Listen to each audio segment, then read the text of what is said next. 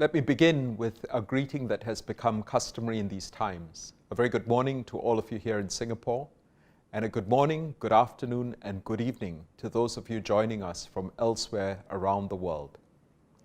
When we decided last year to postpone the symposium, I had hoped that we would by now be able to host you in person here in Singapore. While that has not come to pass, I'm extremely heartened to see that so many of you have joined us for this virtual symposium. My sincere thanks to all of you for making the time to join us today. And I wish to mention especially those of you calling in from Europe at what is, to put it quite mildly, a rather late hour. Tomorrow marks exactly a year to the day the coronavirus outbreak was officially declared a pandemic by the World Health Organization. In the space of just a year, the pandemic has exacted a terrible human and economic toll and has completely upended economic and social life around the world. In these difficult times, the study of history and its reminder of the trials that humanity has weathered in times past can be both a comfort and an inspiration. Indeed, history informs us that while pandemics of the past have largely been harbingers of destruction, they've also been agents of much-needed change. The Black Death, for example, swept through Europe in the 14th century and wiped out as much as a third of the world's population. Yet out of the ashes of that tragedy came the emancipation of millions of indentured laborers from serfdom as the sudden and severe depopulation caused by the plague dramatically raised the demand and wages for labor. The point is that some good can and often does come out of the destruction and disruption wrought by crisis. And there is one crucial difference between the situation then and now.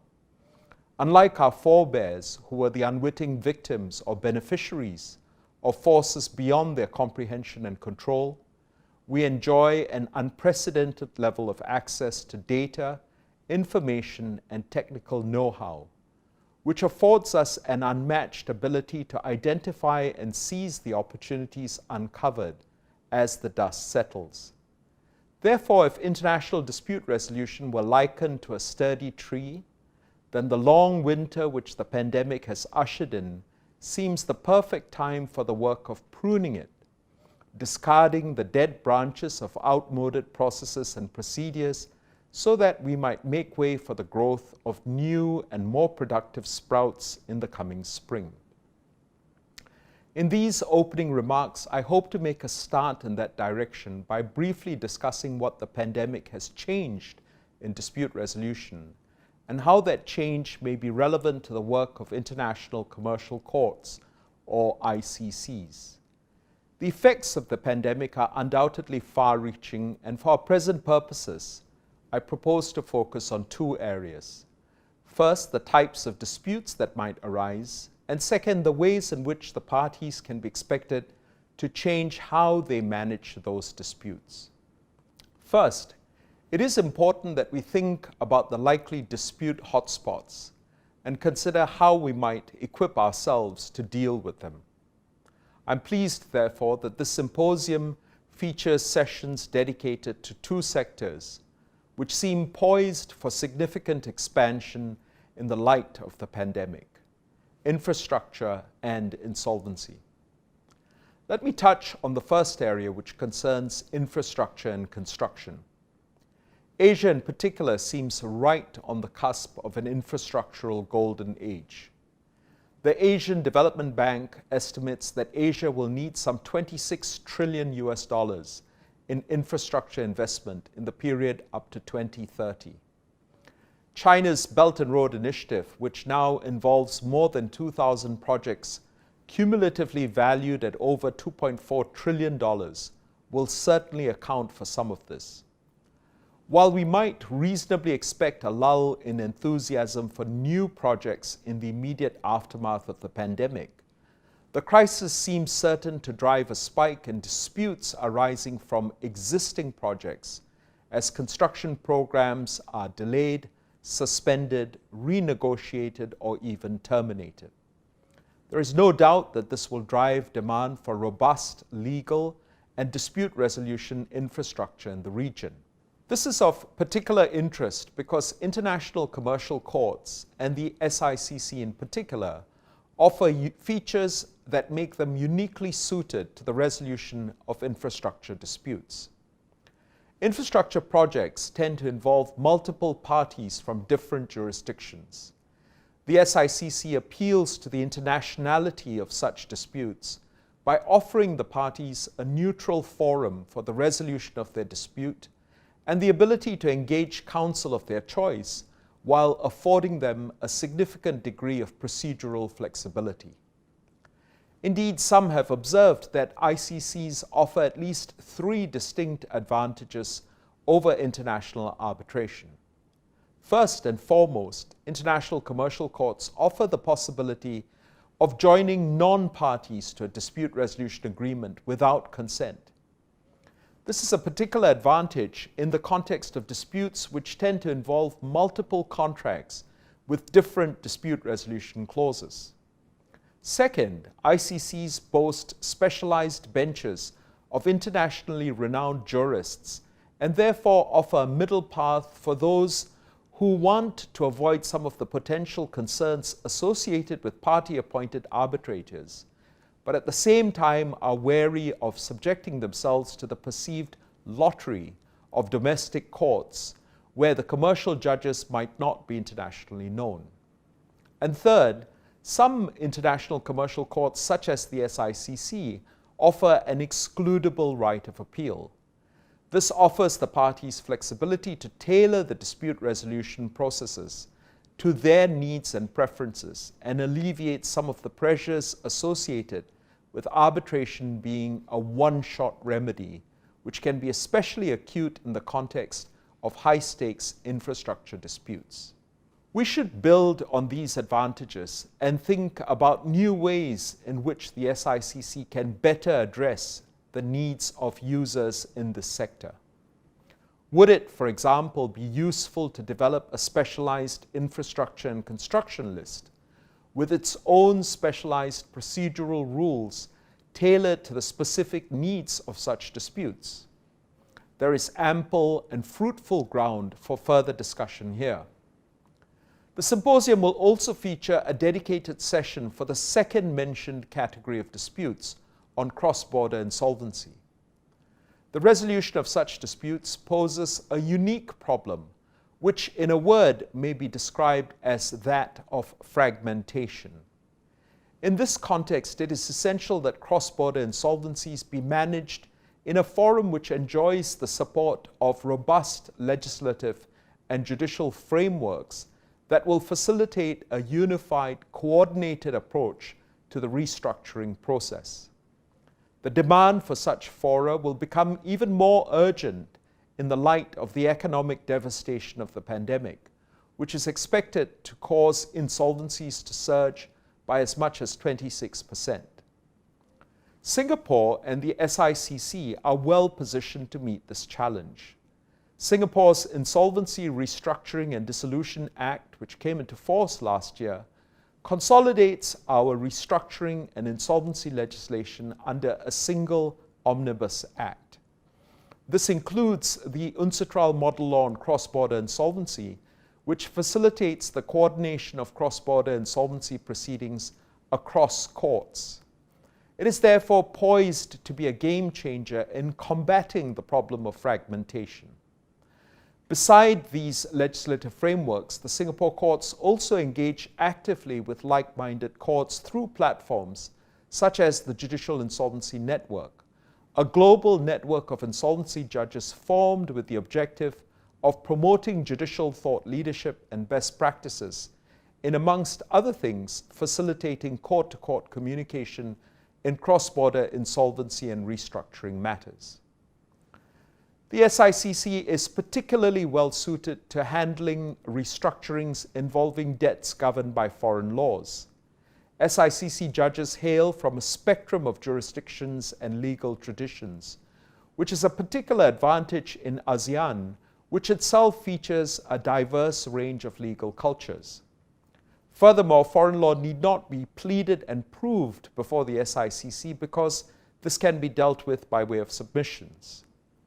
The combination of these two features makes the SICC a useful option for regional and global corporates in search of a reputable forum capable of delivering an efficient and effective restructuring process. And we should continue to consider what more can be done to enhance the value proposition that we offer to disputants in this category. I come to the second aspect of the pandemic's influence, which is its influence on the ways in which commercial parties can be expected to manage their disputes. The short point is that dispute resolution budgets will continue to shrink given the bleak economic outlook. This will further tighten the existing squeeze, and this carries several important implications for ICCs, of which I will mention just a few. First, we might begin to see the center of gravity of international dispute resolution shift towards non-adversarial processes. These processes, including mediation and conciliation, not only offer a potentially cheaper means of settling the dispute, but also promise greater control over the process and therefore more predictable outcomes. Of course, arbitration or litigation will not be entirely displaced. Instead, the future, it seems, lies in the effective integration of the most successful aspects of adjudicative and non-adjudicative processes. Indeed, this trend predates the pandemic. The Queen Mary University of London Arbitration Survey in 2018 found that roughly half of all arbitration users preferred arbitration in conjunction with alternative dispute resolution procedures, as opposed to arbitration as a standalone mechanism. It seems likely that this trend will continue to gain momentum as purse strings are tightened in the wake of the pandemic. I suggest that this is part of a broader philosophical shift in the approach towards dispute resolution, one that moves beyond the rather narrow view of resolution as necessarily entailing an adjudicated outcome, and towards a more holistic view that conceives of resolution as an open-ended process which embraces non-adjudicated outcomes such as settlement. An obvious indicium of this shift is the proliferation of multi-tier dispute resolution clauses. Under a multi-tier clause, disputes pass through a cascade of dispute management mechanisms, beginning with non-adjudicative mechanisms aimed at avoiding or containing the dispute, and should those options fail, ending with mechanisms which resolve the dispute by means of a final adjudicated outcome. Many standard forms of contract, including the NEC 4, FIDIC, and the World Bank's standard forms, now contain such multi-tier clauses. A further variation on this trend is the rising popularity of dispute boards. While the precise structures may vary, these generally involve the establishment of a standing panel of neutrals that follows the project throughout its lifespan. The organizing principle undergirding this concept is that the proper management of disputes requires a proactive approach to identifying and containing potential problems before they escalate into serious disputes. To that end, a dispute board might, for example, ask to conduct site visits or inspect key contractual documents even before disputes have arisen or crystallized. Problems which do arise are then swiftly and informally addressed by the same panel of neutrals who would, over time, have acquired an even more nuanced appreciation of the parties' relationships, objectives, and needs. Such arrangements are quickly gaining traction. Law practices around the globe are urging their clients to consider the use of dispute boards following the COVID-19 crisis. Industry watchers report a growing willingness to use dispute boards. And closer to home, the Ministry of Law, the Singapore Mediation Centre, and the Singapore International Mediation Centre have also come together to jointly develop a dispute management framework called the Singapore Infrastructure and Dispute Management Protocol, which promotes the use of dispute boards in infrastructure and construction projects. Given these trends, the question before us is this: if indeed we are moving towards a new paradigm of holistic dispute management, should ICCs continue to be positioning themselves as offering a solely adjudicative process of dispute resolution? And if the answer to that is no, what does this mean for the ways in which the ICCs might engage with their users so as to better meet their needs in their search for justice? We in Singapore are blessed to share the dispute resolution landscape with respected mediation institutions such as the SMC and the SIMC. How might ICCs partner with other alternative dispute resolution providers to offer their users a holistic one-stop forum for the management and resolution of their disputes? These are strategic questions that relate to the value proposition that ICCs offer, as well as the challenges to their long-term success in the post-pandemic era. And I'm glad that we will have the opportunity to hear from a sterling lineup of speakers on these and other difficult questions in the sessions that will follow. This symposium provides us with a timely opportunity to take stock of what has changed and of how we in turn must change if we are to meet the challenges and seize the opportunities that lie ahead of us in the post-pandemic world of dispute resolution. To be sure, the crisis is still unfolding and the future is far from certain. But forums like these, which bring us together in the search for a better vision of the future, can help light the way. I thank you for your participation and wish you an excellent symposium.